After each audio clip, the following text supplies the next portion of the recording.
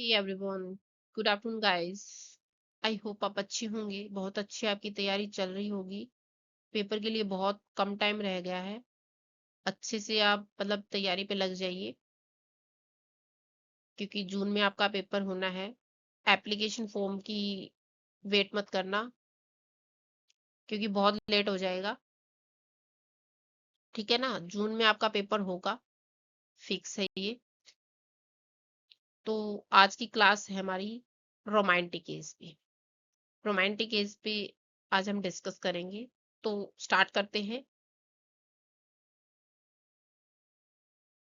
तो आज हम डिस्कस करेंगे रोमांटिक एज पे। रोमांटिक एज की अगर हम बात करें तो रोमांटिक एज का टाइम पीरियड 1798 टू 1837 तक इसका टाइम पीरियड था।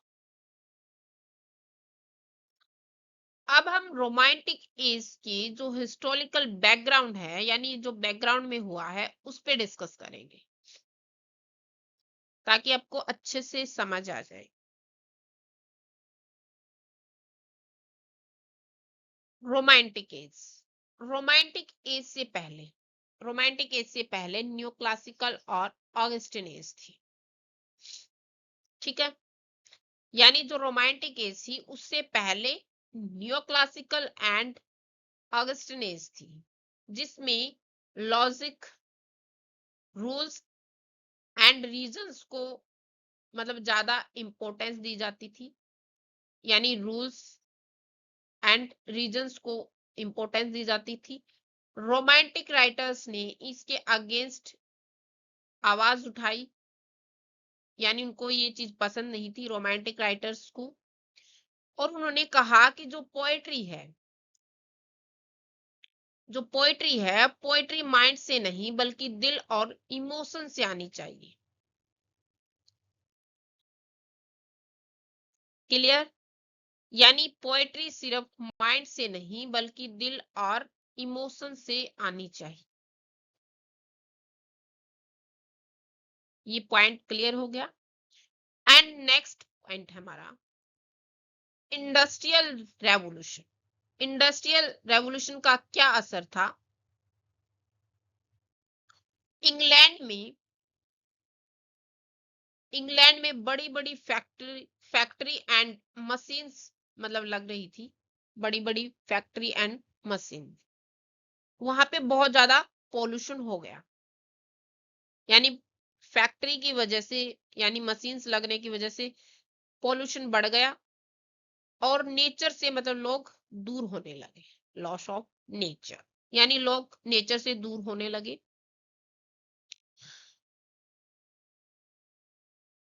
एंड जो रोमांटिक पोएट हैं, रोमांटिक पोएट्स ने लाइक विलियम वर्ड्सवर्थ ने इसका मतलब काफी काफी इसके अगेंस्ट थी। वो काफी इस पे मतलब विरोध किया, लोगों को वापस से मतलब नेचर की तरफ लेके आए।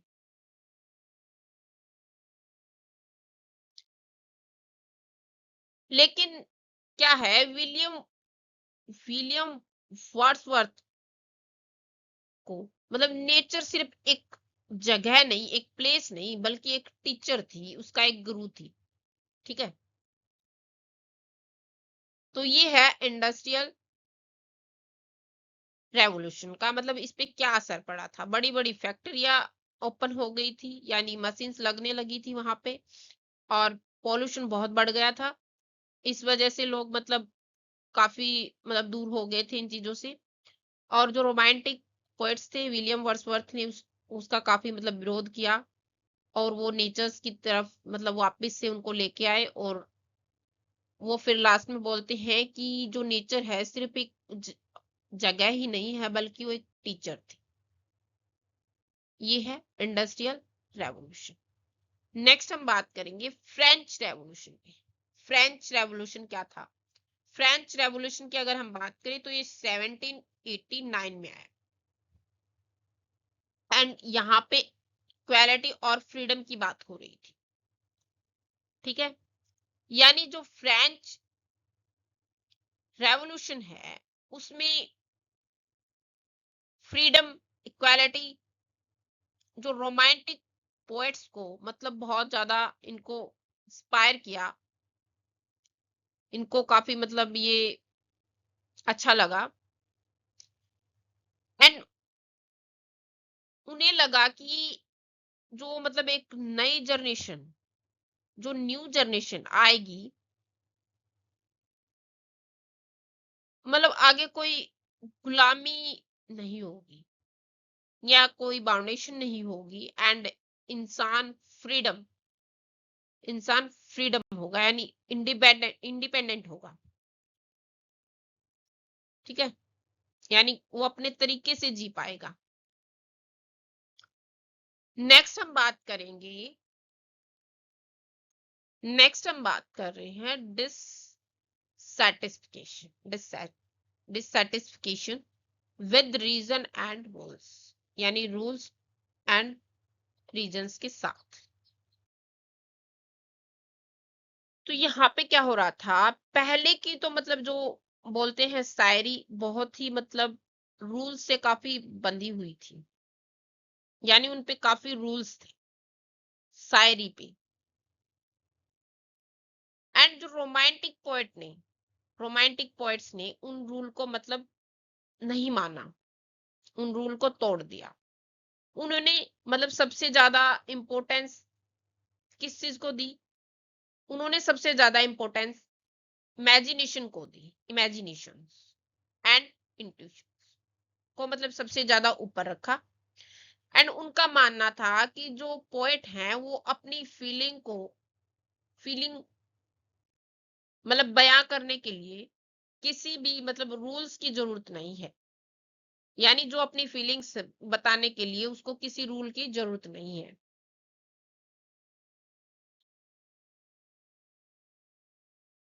एंड अगर हम इसकी कॉमन लैंग्वेज में बात करें,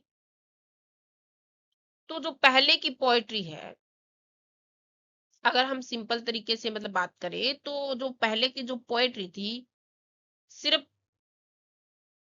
बड़े पोएट थे जो, एंड जो पढ़े लिखे मतलब काफी पढ़े लिखे थे,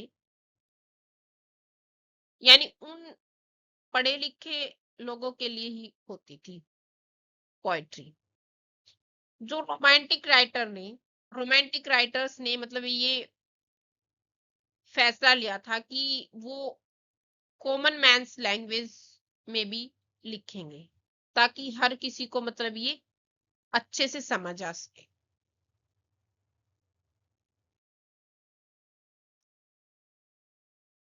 क्लियर? आई होप आपको अच्छे से समझ आया होगा। रोमांटिक एज के बारे में हमने डिस्कस की, हिस्टोरिकल बैकग्राउंड के बारे में। नेक्स्ट हम बात करेंगे बिगनिंग ऑफ रोमांटिक एज, यहाँ मतलब इसकी रोमांटिक एज की starting, the beginning of romantic as. अब हम डिस्कस करेंगे beginning of the romantic as, यानी रोमांटिक एज की स्टार्टिंग कहाँ से हुई थी, स्टार्ट हुआ रोमांटिक एज। अगर मेन डिटेल्स की अगर हम बात करें, तो इसमें लिरिकल बैलेट्स हैं। ये वो टाइम था मतलब जहां से रोमांटिक एज की मतलब रोमांटिक एज स्टार्ट हुआ था। लिरिकल बैलेट की अगर हम बात करें ईयर की, तो ये 1798 में आई। एंड ये मतलब किसके द्वारा रिटर्न की गई थी, तो इसमें ज्वाइंट थे, टू पॉइंट ज्वाइंट थे इसमें, दो राइटर थे जिन्होंने ये पोएम लिखी। फर्स्ट है इसमें William Wordsworth, William Wordsworth and Samuel Taylor Coleridge. यानी ये दो राइटर्स ने मिलके लिखा इसको। अगर हम लिरिकल बैलेड की टोटल पोएम की बात करें तो टोटल पोएम है इसकी फर्स्ट एडिशन में 23 पोएम्स एंड इनका डिवीजन किया गया, मतलब ये पार्ट में जैसे डिवाइड की गई। तो डिवीजन की अगर हम बात करें तो इसमें 19 जो पोएम है वो विलियम वर्ड्सवर्थ की है, विलियम वर्ड्सवर्थ। एंड 4 जो पोएम है वो एस.टी. कॉलरिज की, यानी एस.टी. कॉलरिज ने लिखी। एंड हम बात करेंगे इसकी ओपनिंग एंड क्लोजिंग, यानी ये कहां से स्टार्ट हुई थी एंड कहां पे इसका एंड हुआ। अगर ओपनिंग की बात करें तो ये एस.टी. कॉलरिज ने मतलब इसकी स्टार्टिंग की थी, ये फेमस पोएम थी। एस.टी. कॉलरिज की एक फेमस पोएम है जहां से मतलब ये ओपनिंग। पोएम का नाम है the rhyme of the rhyme of the rhyme of the ancient ancient. अच्छा, ये आगे नहीं लिखा, मैरिनर भी है ये, ठीक है।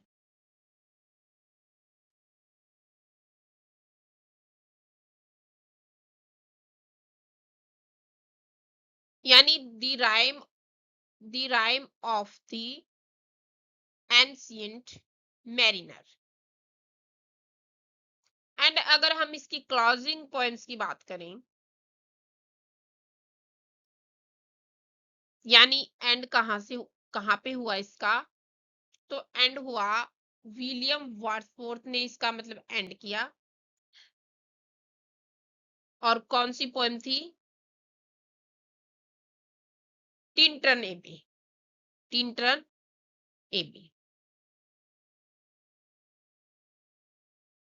तो ये स्टार्टिंग की पोएम है और ये एंड की पोएम है, विलियम वर्ड्सवर्थ ने इसका एंड किया। क्लियर? आई होप आपको अच्छे से समझ आया होगा। नेक्स्ट हम बात कर रहे हैं इसके मेजर पॉइंट की। नेक्स्ट हम बात कर रहे हैं मेजर पॉइंट्स के बारे में हम डिस्कस करेंगे। फर्स्ट पोएट्स है इसमें विलियम वर्ड्सवर्थ। विलियम वर्ड्सवर्थ की अगर हम बात करें टाइम पीरियड की तो ये है 1770 में इनका जन्म हुआ एंड डेथ की अगर हम बात करें तो 1850 में इनकी डेथ हुई। एंड ये पोएट ऑफ नेचर के नाम से भी जाने जाते थे, मतलब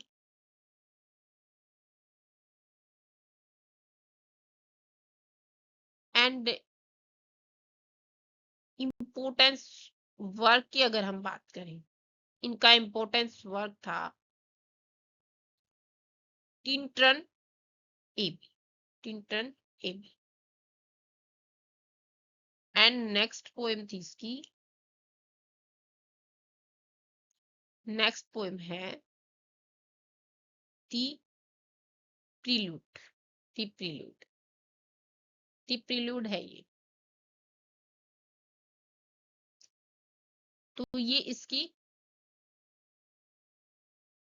फेमस पोएम है। अगर हम बात करें टिंटन की तो टिंटन एबी की, तो इसका फुल नेम की अगर हम बात करें, फुल नेम है इसका lines composed few miles above Tintern Abbey.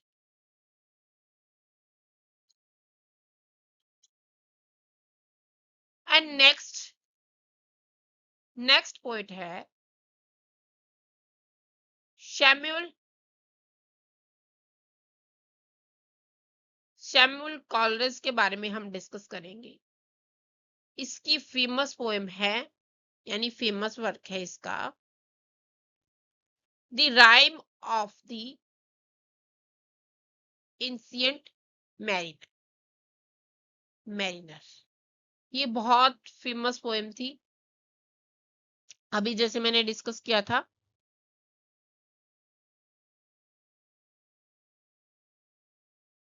And ideas की अगर हम बात करें तो इसमें super natural, imagination, mystery and symbolism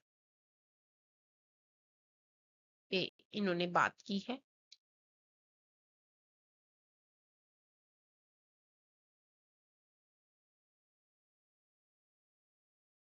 next हम बात करेंगे, नेक्स्ट राइटर है, नेक्स्ट पोएट है टीबी सेली।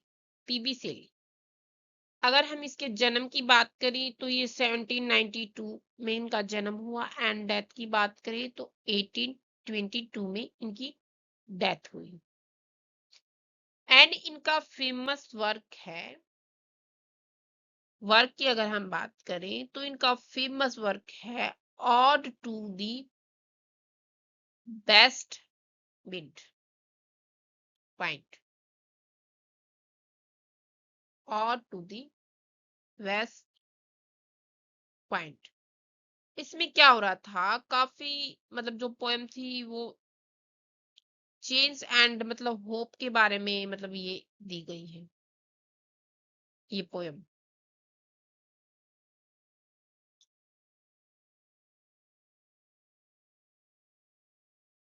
Hope and change, revolution, freedom, ideas थी इसकी।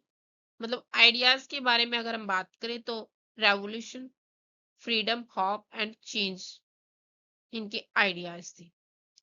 नेक्स्ट नेक्स्ट पोएट है लॉर्ड बायरन। लॉर्ड बायरन 1788 में आए, 1788 में आए। अगर हम इसके फेमस वर्क की बात करें, इसका फेमस वर्क है डॉन जॉन। डॉन जॉन, यहाँ से क्वेश्चन पूछे जाते हैं, इनको आप अच्छे से देख लेना, थोड़ा डीप में मतलब रीड आउट कर लेना इनको।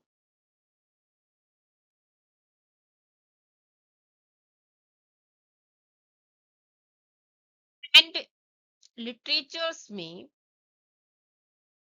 लिटरेचर्स में काफी मतलब इसको काफी इंपॉर्टेंस दी है, किसको, बायरनिक हीरो, बायरनिक हीरो को। यानी इन्होंने क्या किया था, जो हीरो है वो मतलब जो सोशल जो तौर तरीके थे, जो कस्टम्स थे, जो मतलब उनकी परंपराएं थी, पुराने रूल्स थे, उनको नहीं मानता था। वह एक मतलब वह एक बागी की तरह था, वह एक बागी की तरह था।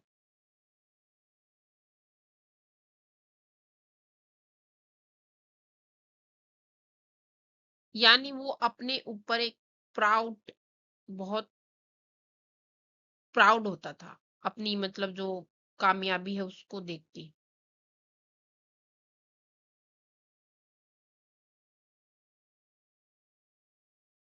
एंड नेक्स्ट हम बात करेंगे नेक्स्ट राइटर के बारे में। नेक्स्ट पोएट है जॉन किट्स। जॉन किट्स की अगर हम बात करें टाइम पीरियड की तो ये 1795 में इनका जन्म हुआ एंड डेथ 1821 में इनकी डेथ हुई। ये काफी फेमस, बहुत फेमस मतलब पोएट थी एंड बहुत कम एज में उसने मतलब पोएम को लिखना स्टार्ट किया था, यानी बहुत कम एज में वो फेमस हो गई थी जॉन केट्स। ठीक है, अगर हम इसके वर्क की बात करें तो इसके फेमस वर्क हैं, फर्स्ट है इसमें ऑड टू ए नाइटिंगेल, और टू ए नाइटिंगेल।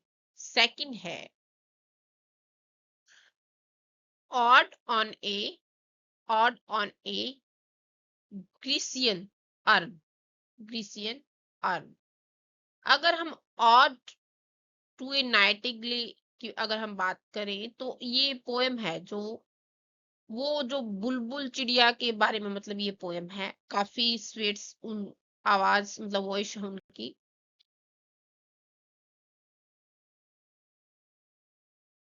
वो कहते हैं कि इंसान है जो, इंसान तो मर जाता है, लेकिन जो बुलबुल का जो, मतलब बुलबुल की जो आर्ट है वो मतलब सदियों तक अमर रहती है, जो वॉइस है उसकी।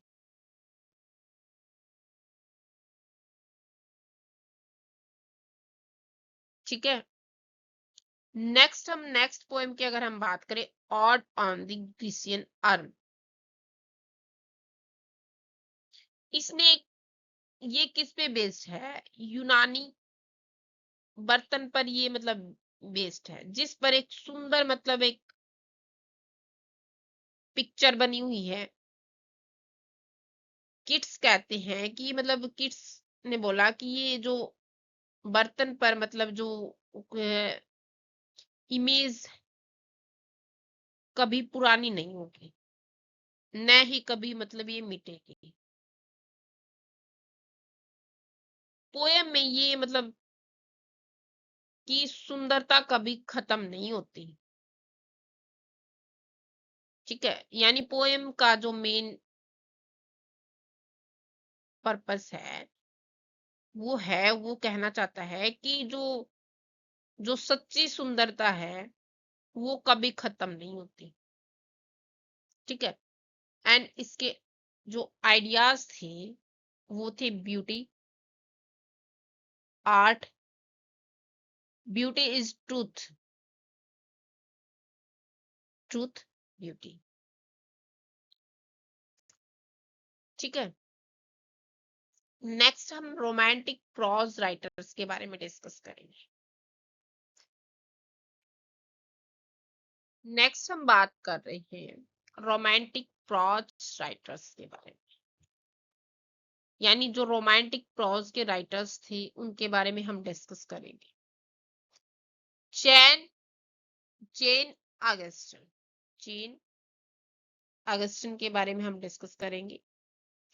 अगर हम इसके टाइम पीरियड की बात करें तो ये 1775 पे आया, 1775 टू 1817 तक इनका इसका टाइम पीरियड था। एंड इसके जो फेमस वर्क हैं उन पे बात करते हैं हम। फर्स्ट वर्क है इनका जो बहुत फेमस है, नेट में यहाँ पे क्वेश्चन पूछे ही पूछे जाते हैं, मोस्ट इम्पोर्टेंट वर्क है ये इनका, pride and pride and praise. ठीक है।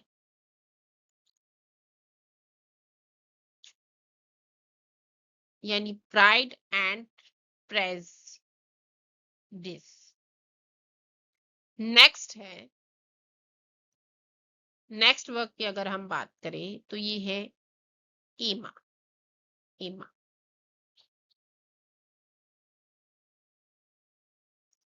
अगर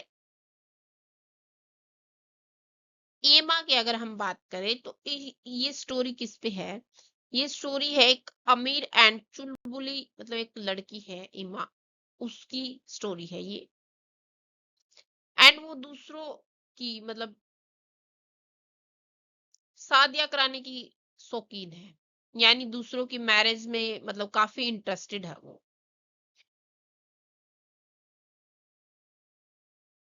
लेकिन क्या होता है, इस चक्कर में वो खुद ही मतलब गलतियां कर बैठती है।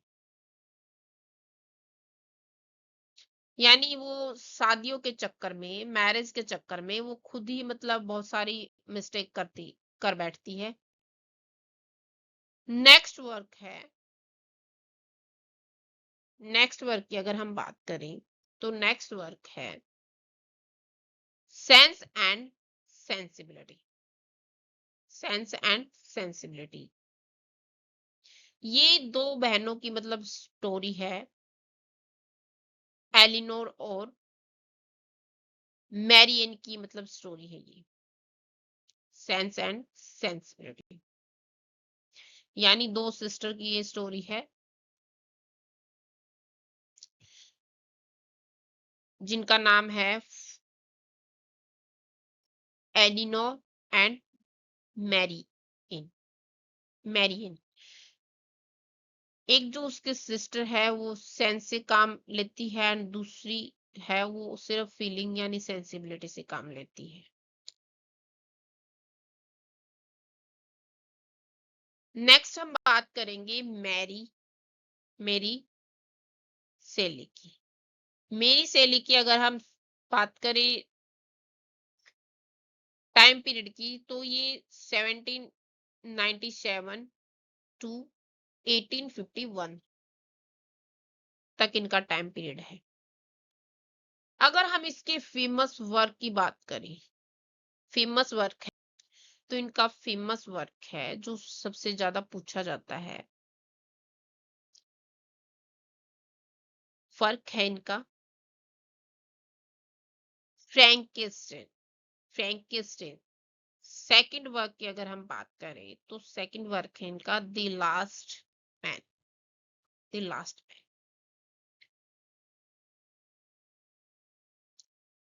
यानी जो फ्रैंकेस्टाइन है, फ्रैंकेस्टाइन ये एक साइंस की मतलब स्टोरी है, जो मरे हुए मतलब जो उनके जो ऑर्गन होते हैं उनको जोड़कर मतलब वो एक जीव बनता है।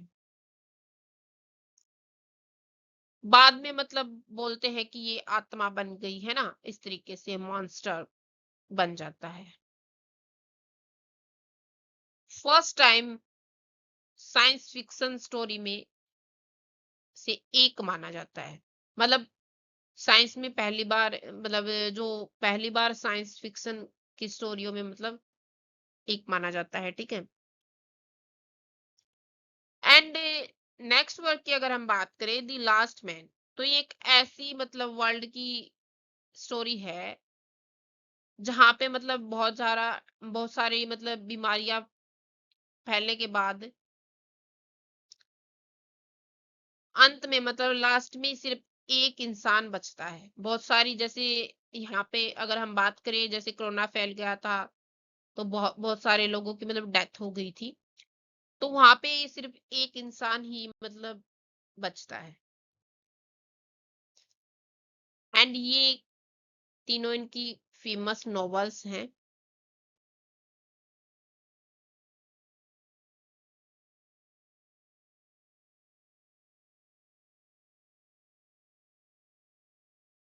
अगर हम इसके स्टाइल्स की बात करें जैन ऑगस्टन के, तो इसमें रियलिस्ट, फिक्शन, आयनी और free and direct discourse style दिखाया गया है इसमें। सोसाइटी जैसे अभी जैसे बात कर रही थी ना, मैरिज में मतलब इंटरेस्ट रखती थी वो, लेकिन वो खुद ही मतलब गलतियां कर बैठती है, तो इसमें society, marriage, manners and mix of the romantic realistic styles दिखाया गया है, ठीक है।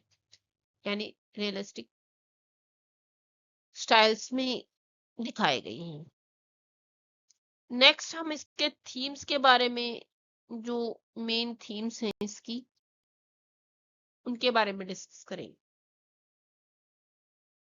तो अब हम थीम्स के बारे में डिस्कस करेंगे। वेरी इंपॉर्टेंट है, ये बहुत इंपॉर्टेंट है, कई बार यहाँ से भी क्वेश्चन पूछ लिए जाते हैं। रोमांटिक एज में मतलब रोमांटिक एज की क्या थीम्स थी, ठीक है, थीम थी। अगर हम थीम्स की अगर हम बात करें तो फर्स्ट है इसमें nature and beauty, main themes है इसकी।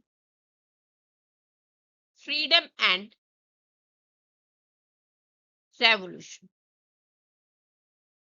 Revolution, freedom and revolution, and emotion and imagination, यानी इमोशन भी दिखाए गए हैं और इमेजिनेशन भी दिखाई गई है।